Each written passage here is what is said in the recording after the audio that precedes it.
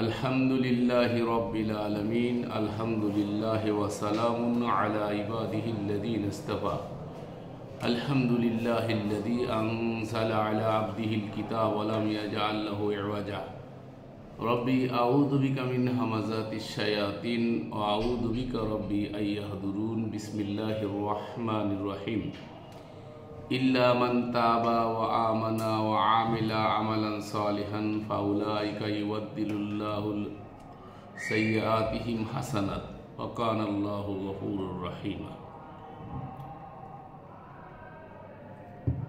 सम्मानित सुधी दर्शक श्रोता, आवास प्रवासीर दिनी भाई ओ भग्नीगण,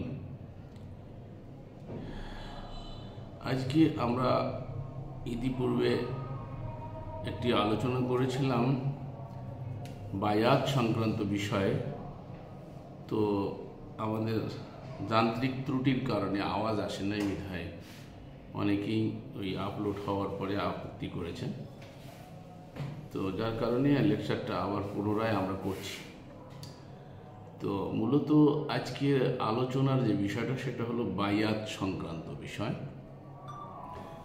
বায়াত মানে হচ্ছে অঙ্গীকারাবদ্ধ হওয়া বা বিক্রি হওয়া। এই বায়াতটা আমাদের সমাজে পীর মাশায়েখরা নিয়ে থাকেন, যার কারণে যারা পীর মাশায়েখদেরকে কি বলে পীর মাশায়েখদের বিরোধী, তারা এটাকে নিতে চান না। তো এইটা যে নিতে আমরা চাই না, এটার কারণের জন্য আমি একটা উদাহরণ আপনাদেরকে বোঝাইতে চাই। সেটা হলো যে হিজাবের মাধ্যমে, হিজাবের বিধান আল কোরআনে আছে। হিজাব মানে যেটাকে আমরা পর্দা বলে থাকি, তো পর্দার বিধান আল কোরআনে আছে। তো আল কোরআনে পর্দার বিধান থাকার পরে যখন এই হিজাবকে কেন্দ্র করে আমাদের সমাজে কিছু দুর্নীতি হয়ে থাকে, যেটা আপনারা জানবেন যে হিজাবটাকে পরবর্তী যেটা হিজাবের পরবর্তী এই প্রজন্ম আছে, আমাদের প্রজন্মে এসে যেটাকে বোরকা বলছি আমরা, বোরকা। যদিচ কোরআনে কারিমে আল্লাহ রব্বুল আলামিন কোনো বোরকার কথা বলেন নাই। আল্লাহ রব্বুল আলামিন বলছেন জালাবিহিন্না, একটা বড় চাদর, যেটা জিলবাব বলা হয় কোরআনের ভাষায়, আরবি ভাষায় জিলবাব বলা হয়।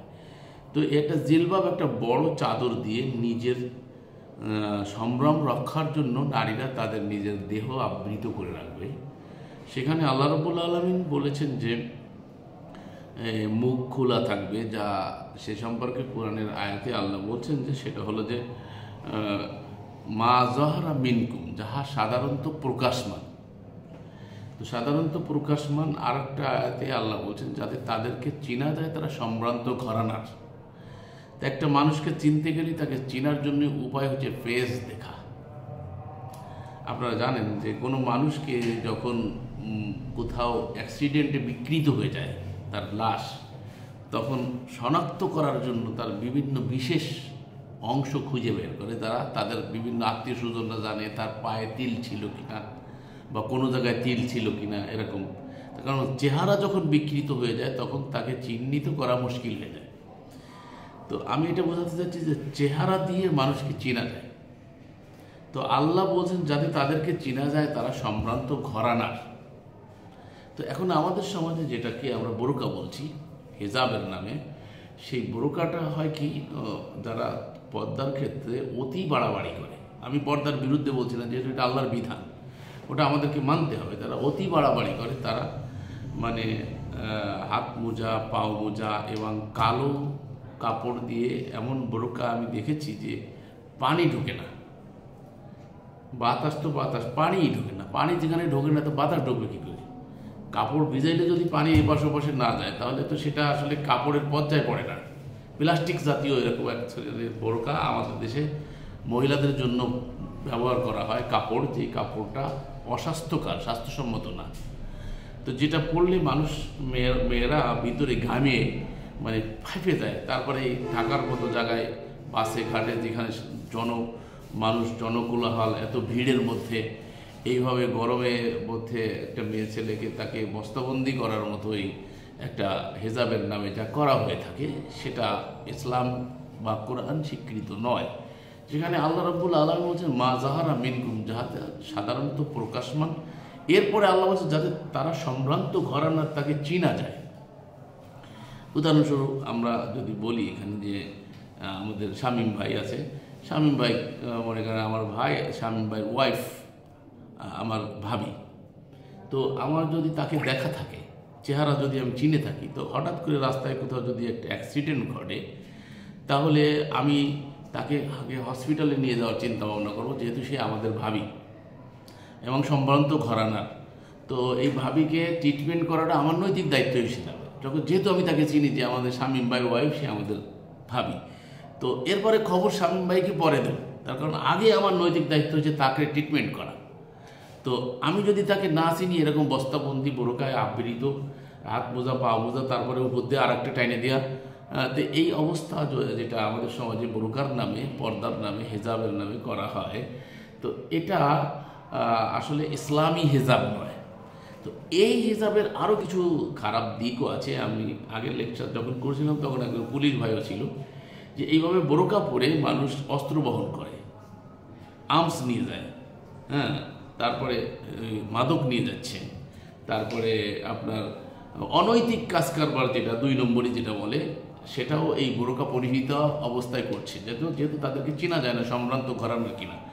এই জন্য দেখা যায় বড় বড় ঢাকার শহরে দেখতে পাবেন সব বড় বড় সম্ভ্রান্ত ঘরানার মেয়েরা কলেজ ইউনিভার্সিটিতে পড়ে, বা কোনো খালি কলেজ ইউনিভার্সিটির কথা বলে আবার ওরা রাগ করবে, মাদ্রাসায় যারা আছে এদের মধ্যে থেকেও ইল্লা মাশা আল্লাহ দেখা যায় এই ধরনের রিপোর্ট খবরে, পত্র পত্রিকায়, বিভিন্ন জায়গায় আমরা দেখতে পাচ্ছি যে বোরকা বুড়ি দিয়ে তারা এই কাজগুলো করছে।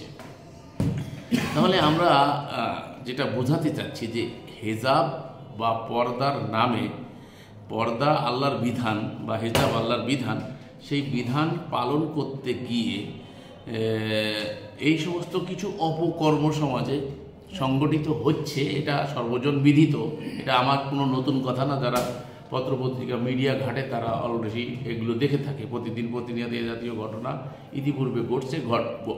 তো এর কারণে হিজাবকে না করা যায় না। আমি উদাহরণটা এই জন্য টানলাম যে এই হেজাবের নামে, বোরকার নামে যে অপব্যবহার হচ্ছে, সেই অপব্যবহারের কারণে আল্লাহর দিয়া বিধানকে মানে অবজ্ঞা করা যায় না, অশ্রদ্ধা করা যায় না, অস্বীকার করা যায় না। তো ঠিক অনুরূপভাবে তাসাউফপন্থী বা পীর মুরিদির নামে বায়াতকে কিছু অপব্যবহার করা হয়েছে সমাজে, তার কারণে আমরা এই বায়াতকে অস্বীকার করতে পারি না, যেহেতু এটা কোরআনের বিধান। আমি আপনাদের সম্মুখে যে আয়াতটা প্রথমে পেশ করেছি সেটা ছিল 25 নম্বর সূরা 70 নম্বর আয়াত। সেখানে আল্লাহ রাব্বুল আলামিন আগের আয়াতে বলছে যারা তওবা করে, মানে তারা চিরজাহান্নামী, তাদের কথা আলোচনা করা হয়েছে 69-70 আল্লাহ আলোচনা করতেছে এই চিরজাহান্নামীদেরকে জাহান্নাম থেকে বাঁচার জন্য আল্লাহ রাব্বুল আলামিন একটা অপশন দিয়েছে। সেই অপশনটা হচ্ছে কি, ইল্লা মান তাবা, কিন্তু যারা তওবা করল। 25-এর 69 এবং 70, 69টার সারাংশ বললাম, আর 70টার আয়াত সহকারে অর্থ করতেছি, আমরা বোঝার চেষ্টা করি। ইল্লা মান তাবা, ওই চিরজাহান্নামীদের থেকে বাঁচানোর জন্য আরবিতে বলা ইস্তিসনা, আলাদা করা। তো ওই জাহান্নামীদের থেকে আলাদা করার জন্য আল্লাহ একটা অপশন দিয়ে বলতেছেন ইল্লা মান তাবা, কিন্তু যারা তওবা করল। এই তওবা করার মানে হচ্ছে ফিরে আসা, যাহা করার কারণে সে জাহান্নামী হইতেছে সেই কর্ম আর সে করিবে না। আমরা তওবা মানে বলি মুখে আস্তাগফিরুল্লাহ রব্বি মিন কুল্লি ইস্তিগফার, তওবা এক জিনিস না। তাবা ইয়াতুবু, লোট না, ফিরে আসা। তার মানে যারা এই অপরাধ করেছে সেই অপরাধ থেকে যদি ফিরে আসে, তো ফিরে আসবে কি করে? ইল্লা মান তাবা, 1 নম্বর কাজ হচ্ছে সে তওবা করবে, ফিরে আসবে।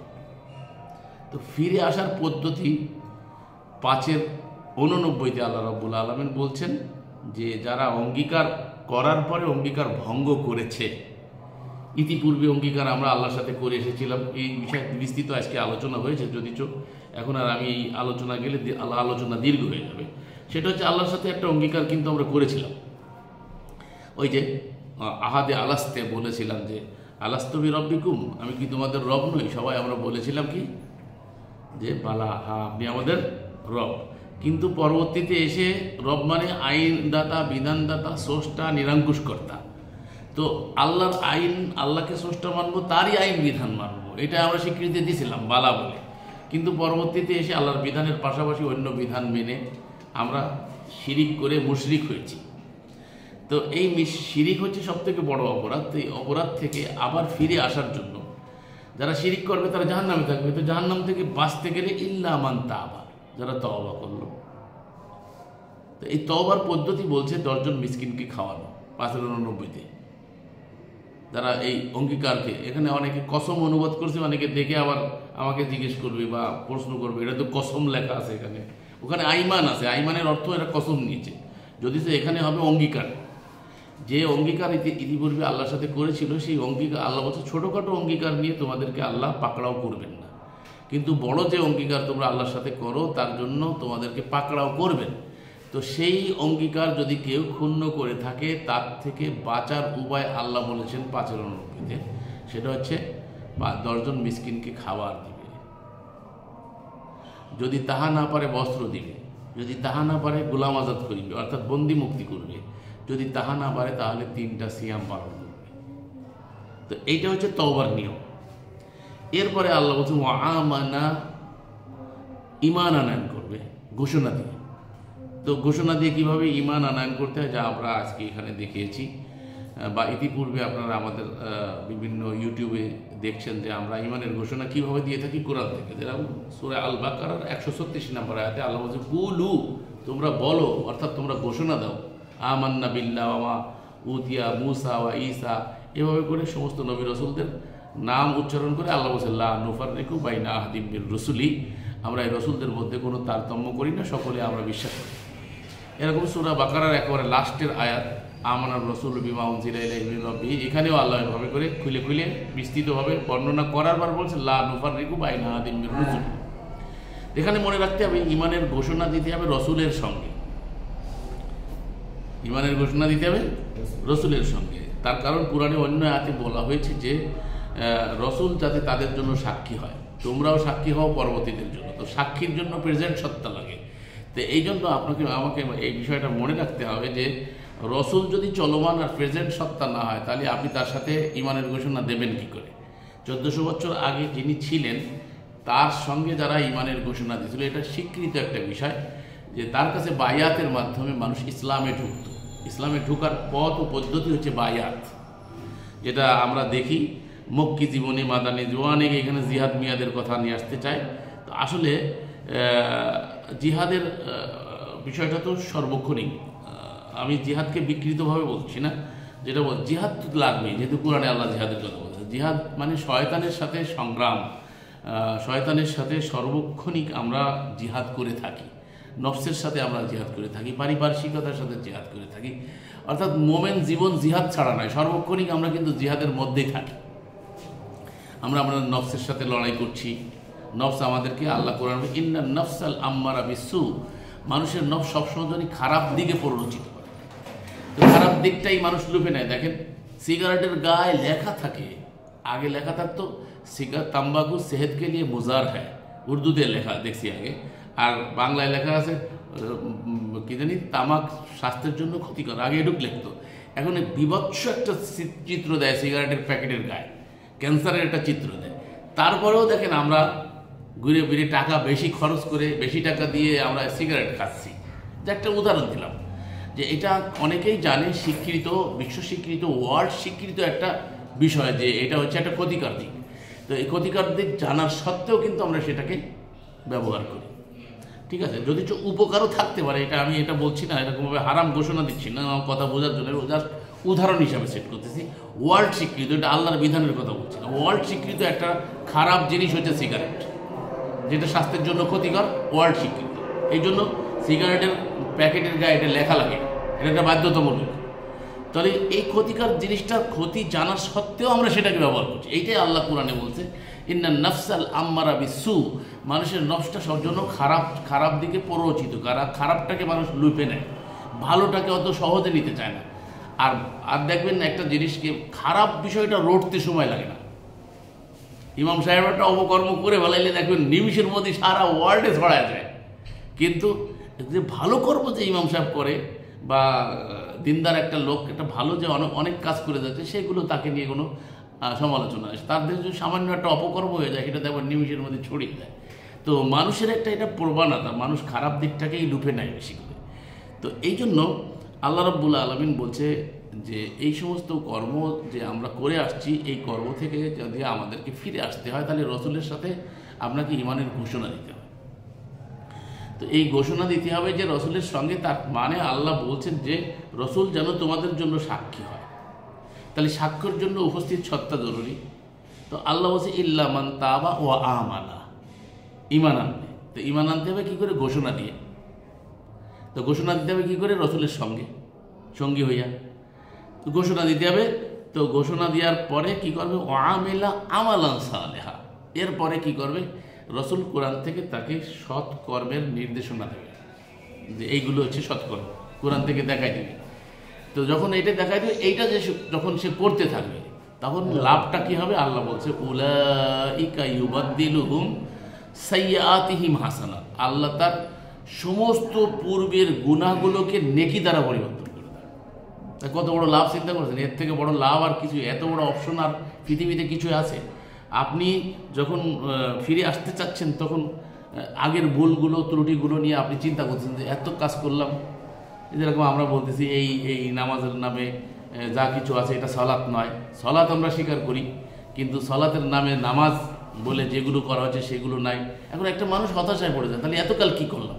এই তাহাজ্জুদ পড়লাম, এই আওয়াবিন পড়লাম, এই চার্চ পড়লাম, কত প্রকারের সালাত পড়লাম, 5 ওয়াক্ত সালাত পড়লাম, রমজান মাস আসতেছে তারাবির সালাত পড়লাম, কোরআন খতম করলাম, এত কিছু করলাম, তাহলে এগুলো কি হবে আমাদের? এই যে একটা হতাশায় পড়ে যায়, এটা ভুল হয়ে গেছে, সেই ভুল থেকে ফিরে আসার জন্য যে একটা হতাশা, তো সেই হতাশার বিষয়টা আল্লাহ এখানে ক্লিয়ার করেছে। যদি ঈমানের ঘোষণা দেওয়ার পরে আমলে সালেহ করে, তো আল্লাহ বলছে উলাইকা ইউবাদদিলুহুম সাইয়্যাতিহিম হাসানাত, আল্লাহ তার গুনাহগুলো নেকি দ্বারা পরিবর্তন করে দেবে।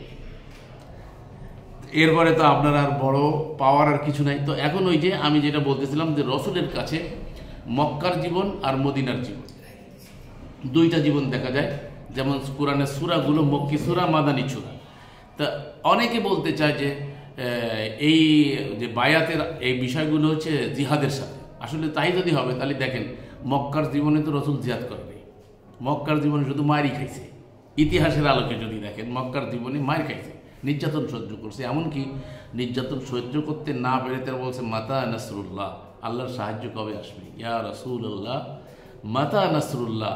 আমরা যে আল্লাহর জন্য মার খাচ্ছি, নিপীড়ন সহ্য করছি, ঘর থেকে বেঘর হচ্ছি, দলিল কোরআনে 22 নম্বর সূরা 40 নম্বর আয়াতে আল্লাহ বলছে আল্লাযীনা উখরিজু মিন দিয়ারিহিম বিগাইরি হাক্কিন ইল্লা ইয়াকুলু রাব্বুনাল্লাহ। তাদেরকে অন্যায়ভাবে যে ঘর বাড়ি থেকে বিতাড়ন করা হলো, তাদের অপরাধটা কী ছিল? আইয়াকুলু রব্বুনাল্লাহ, তারা বলতো আমাদের রব হচ্ছে আল্লাহ। তো এক আল্লাহকে রব মানার অপরাধে তাদেরকে অন্যায়ভাবে ঘর বাড়ি থেকে বিতাড়ন করা হলো। আর এক জায়গায় আল্লাহ বলছে ওমা নাকামু মিনহুম ইল্লা আইয়ুমিনু বিল্লাহিল আজিজিল হামিদ। তাদের অপরাধ কি? তারা আজিজে হামিদে বিশ্বাস স্থাপন করেছে। অর্থাৎ এই ঈমানের ঘোষণা দিয়ে ঈমান আনার কারণে মক্কার জীবনে তারা নিপীড়িত, নির্যাতিত। তাহলে এখন আসেন, এই যে মক্কার জীবনে মানুষগুলো কি করেছে? ঈমানে আসছে মানে রসুলের কাছে বায়াত গ্রহণের মাধ্যমে তারা ঈমানে আসছে, ঈমানে দীক্ষিত হয়েছে। দলিল আমি আপনাদেরকে দিচ্ছি 48 নম্বর সূরা 10 নম্বর আয়াতে আল্লাহ ইন্নাল্লাযীনা ইউবায়ুনাকা ইন্নামা ইউবায়ুনাল্লাহা ইয়াদুল্লাহি ফাওকা আইদিহিম ফামান নাকাসা ফাইন্নামা ইয়ানকুসু আলা নাফসিহি ওয়ামান আওফা বিমা আহাদা আলাইহুল্লাহু ফাসায়ুতিহি আজরান আযীমা। আল্লাহ বলে, আর যারা তোমার কাছে, মানে হে রাসূল, যারা তোমার কাছে বায়াত গ্রহণ করে, তারা শুধু আল্লাহরই কাছে বায়াত গ্রহণ করে, আর আল্লাহর হাত তাদের হাতের উপর। অতঃপর যে কেউ ওয়াদা ভঙ্গ করবে, অর্থাৎ এই বায়াত গ্রহণ করার পরে, এই ওয়াদা প্রতিশ্রুতি দেওয়ার পরে এই প্রতিশ্রুতি ভঙ্গ করবে, যে তার ওয়াদা ভঙ্গের পরিণাম বর্তাবে তার উপরে, এখানে রসুলের কোনো দায়ভার নাই। আর যে আল্লাহকে দেওয়া ওয়াদা পূরণ করবে, অচিরেই আল্লাহ তাকে মহা পুরস্কার দিবেন। তাহলে আমরা এখানে স্পষ্টত ক্লিয়ার হইলাম যে প্রেজেন্ট সত্তার কাছে বায়াত করে, অঙ্গীকার করে ইসলামে ঢুকতে হবে। ইসলামে ঢুকার ওয়ে বা রাস্তা হচ্ছে কি? বায়াত। আপনি এটা যদি ইতিহাসেও দেখেন, হাদিসেও যদি দেখেন, তাহলে রসুলের কাছে অমুসলিমরা ইসলাম গ্রহণ করতো কীভাবে? বায়াতের মাধ্যমে। তাহলে মক্কার জীবনেও বায়াত হয়েছে, মাদানির জীবনেও বায়াত হয়েছে। এখন আমরা যদি বলি যে শুধু বায়াত জিহাদের জন্য, তাহলে এটা ভুল হবে। এই জন্য আমি এই কথাটা টানলাম, মক্কি আর মাদানি টানলাম। তো মক্কার জীবনে তো রসুলের কাছে ক্ষমতা ছিল না, রাষ্ট্র ক্ষমতা তো ইতিহাস বলে মাদানি জীবনে যে রসুল পাইছেন। তো মাদানি জীবনেও বায়াত নিয়েছেন, আর মক্কার জীবনেও রসুল বায়াত নিয়েছেন। তাহলে বায়াতের মাধ্যমে আমরা কি করব? ইসলামে প্রবেশ করব। তো ইসলামে প্রবেশ করব, আমরা তো মনে করছি যে মুসলমানের ঘরে জন্ম নিলে মুসলমান হওয়া যায়। তো কোরআন তো সেটা বলে না। যদি তাই হয়, তাহলে উকিলের ঘরে জন্ম নিলে উকিল হয়ে যায়, হ্যাঁ? ম্যাজিস্ট্রেটের ঘরে জন্ম নিলে ম্যাজিস্ট্রেট হবে, ডাক্তারের ঘরে জন্ম নিয়ে যদি ডাক্তারি না পড়ে তো ডাক্তার হয়ে যাবে। তা তো হয় না। যদি তা না হয়, তাহলে মুসলমানের ঘরে জন্ম নিয়ে মুসলমান হয় কী করে? মুসলমানিয়াত মানে আত্মসমর্পণ, সারেন্ডার। মুসলিম জাতির পিতাকে লক্ষ্য করে আল্লাহ রাব্বুল আলামিন কোরআনে বলছেন সূরা আল বাকারায়, ঈদ ক্বালা লাহু রাব্বুহু আসলিম, তার রব তাকে বলেন আসলিম, ইব্রাহিম তুমি সারেন্ডার করো, আত্মসমর্পণ করো। তো কোনো রকমের চুচারা ছাড়া, কোনো রকমের মানে প্রশ্ন ছাড়া ইব্রাহিম বললেন কি? আল্লাহ কোরআনে সেটা পরের আয়াতে কোট করেছে, আসলাম তু লিরাব্বিল আলামিন, আমি আত্মসমর্পণ করলাম, সারেন্ডার করলাম লিরাব্বিল আলামিন, জগৎ সমূহের রবের সামনে। তো জগৎ সমূহের প্রতিপালক যিনি, রব যিনি, স্রষ্টা যিনি, তার সামনে আত্মসমর্পণ করাকে মুসলিম বলা হয়। এই জন্য ইব্রাহিমকে মুসলিম জাতির পিতা বলা হয়। এই জন্য কোরআনে আল্লাহ বলছেন, হুয়া সাম্মাকুমুল মুসলিমিন মিন ক্বাবলু ওয়া ফি হাযা। আল্লাহ এই আয়াতের পরবারই বলছে রসুল তোমাদের জন্য সাক্ষী হবে, এখানে দেখে নেবেন আপনারা। এটা হচ্ছে 22 নম্বর সূরা 78 নম্বর আয়াত। ওখানে আল্লাহ রাব্বুল আলামিন বলেছে। আর যদি ওই সব বিস্তৃত আলোচনা করতে যাই, সময় বেশি লেগে যাবে। এই সূরারই দেখেন 48 নম্বর সূরা আল ফাতর 18 নম্বর আয়াতে আল্লাহ বলছেন, লাকাদ রাযিয়াল্লাহু আনিল মুমিনিনা ইয ইউবায়ুনাকা তাহতা শাজারা ফাআলিমা মা ফি কুলুবিহিম ফাআনজালাস সাকিনা আলাইহিম ওয়া আসাবাহুম ফাতহান করিবা। অবশ্যই আল্লাহ মুমিনদের উপর সন্তুষ্ট হয়েছেন যখন তারা গাছের নিচে আপনার হাতে বায়াত গ্রহণ করেছিল। এই বায়াত নিচ্ছে মুমিনদেরকে, বিশেষ বায়াত, মানে আবার অঙ্গীকার নিচ্ছে তোমরা এটা করবে, এই ওয়াদাকে পালন করবে, ঠিক আছে? তারপরে অতঃপর তিনি তাদের অন্তরে কি ছিল তা জেনে নিয়েছেন, ফলে তাদের উপর প্রশান্তি নাজিল করেন এবং তাদের পুরস্কৃত করলেন নিকটবর্তী বিজয় দিয়ে। তাহলে বোঝা যায় এখানে যে মানে কিছু ইসের একটা কিছু আভাস এখানে পাওয়া যায়, যেহেতু বিজয়ের কথাটা তা আছে। তাহলে তো এটা মক্কার জীবনেও বায়াত ছিল, মাদানী জীবনেও বায়াত ছিল। তাহলে এক কথায় বায়াত যে দেখেন, আবার নারীদেরকেও বায়াত নিতে বলেছেন আল্লাহ রাব্বুল আলামিন। 60 নম্বর সূরার মুমতাহিনা, 60 নম্বর সূরা মুমতাহিনার 12 নম্বর আয়াতটা আমি আপনাদেরকে শোনাচ্ছি। শুধু যে নরেরা বায়াত নেবে, নারীরা বায়াত নেবে না তা নয়, নারীদের বিশেষ বায়াতের কথা আল্লাহ রাব্বুল আলামিন কোরআনে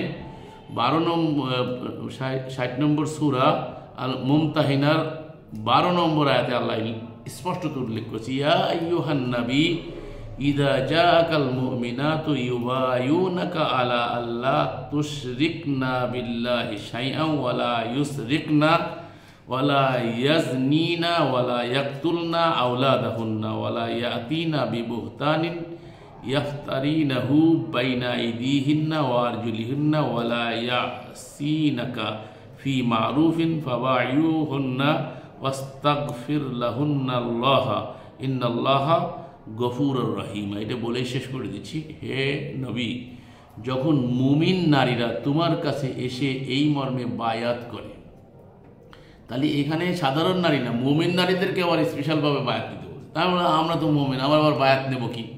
তাহলে দেখেন কোরআনের আয়াত, এটা হচ্ছে 60 নম্বর সূরার 12 নম্বর আয়াত। আল্লাহ বলছেন, মুমিন নারীরা যখন তোমার কাছে এসে এই মর্মে বায়াত করে যে তারা আল্লাহর সাথে কোনো কিছুকে শরীক করবে না, চুরি করবে না, ব্যভিচার করবে না, নিজের সন্তানকে হত্যা করবে না, তারা জেনে শুনে কোনো অপবাদ রচনা করবে না এবং সৎ কাজে তারা তোমার অবাধ্য হবে না।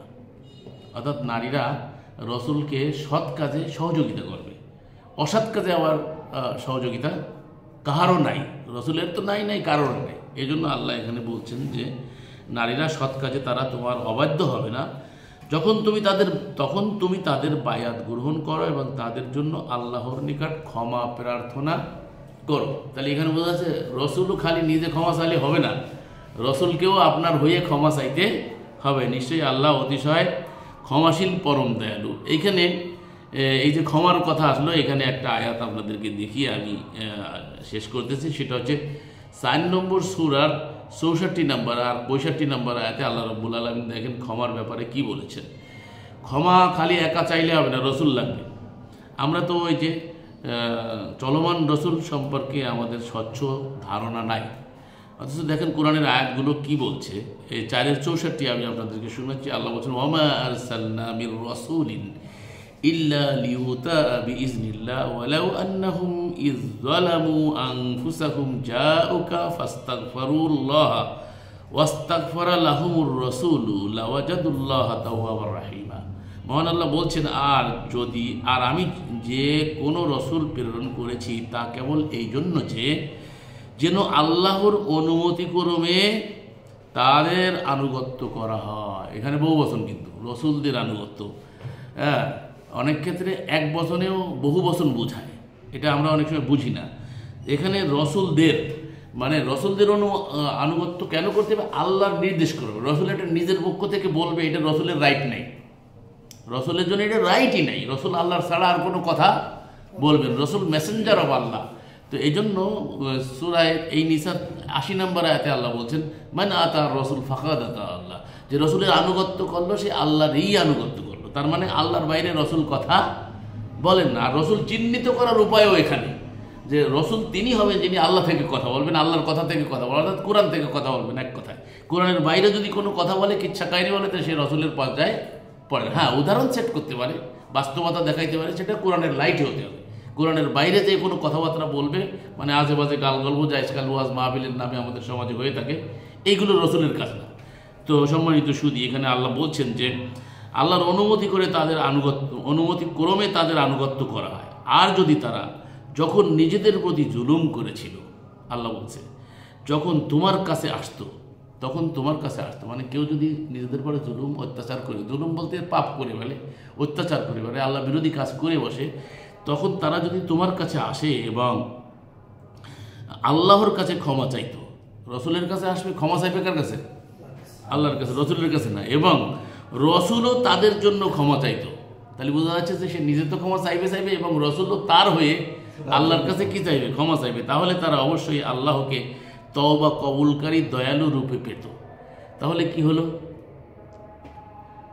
ওই যে আয়াতটা, ওখানে ওইটার ব্যাখ্যায় আয়াত নিয়ে আসলাম। ওইখানে মহিলাদের ব্যাপারে বলা হয়েছে যে রসুল তাদের হয়ে দোয়া করবে, আর এখানেও আল্লাহ সকলকে বলেছে যদি কেউ অপরাধ করে বসে, সে নর হোক নারী হোক, সে অপরাধ করে বসার পরে সেই অপরাধ থেকে ক্ষমা পাওয়ার জন্য সে আল্লাহর কাছে ক্ষমা চাইবে, রসুলের কাছে আসবে, ক্ষমা চাইবে আল্লাহর কাছে, আর রসুলও তার হয়ে আল্লাহর কাছে ক্ষমা চাইলে লাওয়াজাতুল্লাহ তাওয়াবার রাহিমা, তাহলে তারা আল্লাহকে রহমানুর রহিম হিসাবে, দয়ালু হিসাবে পাবে।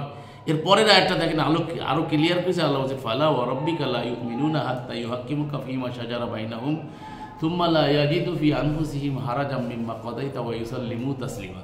মহান আল্লাহ বলেন যে তোমার রবের শপথ, আল্লাহ তার নিজের শপথ নিজে করে বলছে, ফালা ওয়া রাব্বিকা, তোমার রবের শপথ, তারা কখনোই মমিন হবে না। তাহলে মমিন হওয়াই যাবে না, আল্লাহ শপথ করে বলছে। কি করলে মমিন হওয়া যাবে না? তারা যদি আপোষের দ্বিধাদ্বন্দ্বে, মতনৈক্যে, মতবিরোধী রসুল আপনাকে ফয়সালাকারী মনে না করে, তাহলে বোঝা যাচ্ছে ফয়সালা নিয়ে যাইতে হবে কার কাছে? রসুলের কাছে। তারা রসুল যদি আপনার না থাকে, 1400 বছর আগের রসুল যিনি মারা গেছেন, হ্যাঁ, তার কাছে তো আপনি আপনার বিচার নিয়ে যাইতে পারবেন না। তাহলে এই আয়াত কি প্রমাণ করে? যে প্রেজেন্ট রসুল থাকতে হবে। এই আয়াত যদি কিয়ামত পর্যন্ত প্রযোজ্য হয়, এই কোরআন যদি কালজয়ী হয়, তাহলে আপনাকে এই কোরআন অনুসারে আপনাকে রসুল থাকতে হবে। তাহলে রসুলের কাছে আপনাকে আপনার বিচার নিয়ে যেতে হবে ফয়সালার জন্য। তো রসুল যে ফয়সালা করবে, আল্লাহ বলছেন সেটা যদি হারাজাম মিম্মা কাদাইতা ওয়া ইউসাল্লিমু তাসলিমা, সেটা সমর্পিত চিত্তে আপনি ওই বিচার যদি মেনে না নেন, তাহলে আল্লাহ কসম করতেছে, নিজের কসম নিজে, ফালা রব্বিকা, তোমার রবের শপথ, তারা কশিনকালেও মোমেন হইতে পারবে না। তাহলে মোমেনই আপনি হইতে পারতেছেন না যদি রসুলকে বিচারক না মানেন। তার রসুলকে বিচারক মানতে গেলে আপনাকে রসুল থাকতে হবে। তাহলে আমরা আজকে আলোচ্য বিষয় যেটা ছিল আমাদের, সেটা হচ্ছে পীর মুরিদির নামে বায়াতকে কিছুটা, হয়তোবা সবাই না, সব পীরের কথা বলছি না, বা যাদেরকে আমাদের সমাজে হক্কানি পীর বলা হয়, যারা কোরআন মোতাবেক ফয়সালা দেয়, তো এরকম আল্লাহওয়ালা ভালো লোকও একসময় ছিল, যেটা খুব অপ্রতুল হয়ে গেছে। এখন এখানে এটা একটু ভণ্ডামি একটু বেড়ে গেছে। যে ভণ্ডামি বেড়ে যাওয়ার কারণে মানুষ ওই বায়াতটাকে পীর মুরিদের কাছে যাওয়ার কারণে এটা একটা বিকৃত মনে করে এবং এটাকে উপেক্ষা করে চলে। তো আমি যেটা হিজাবের ব্রোকার উদাহরণ দিয়ে আপনাদেরকে বোঝালাম, যে ব্রোকার নামে যখন অপকর্ম করা হচ্ছে, তার মানে যে আল্লাহর বিধান হিজাবকে লঙ্ঘন করার কোনো সুযোগ নাই। তো ঠিক অনুরূপভাবে বায়াতকে যদি কেউ অপব্যবহার করে, তাহলে সেই কারণে বায়াতকে, কোরআনের এই এতগুলো আয়াতকে যেটা আপনাদেরকে শুনাইলাম, এগুলোকে কোনো উপেক্ষা করার সুযোগ নাই। তো বায়াত দিতে হবে কোথায়? মনে রাখতে হবে রসুলের কাছে। তা রসুল আপনাকে চিহ্নিত করতে হবে। তা রসুল চেনার উপায়টাও সংক্ষেপে আমি আপনাদেরকে বলে দিলাম।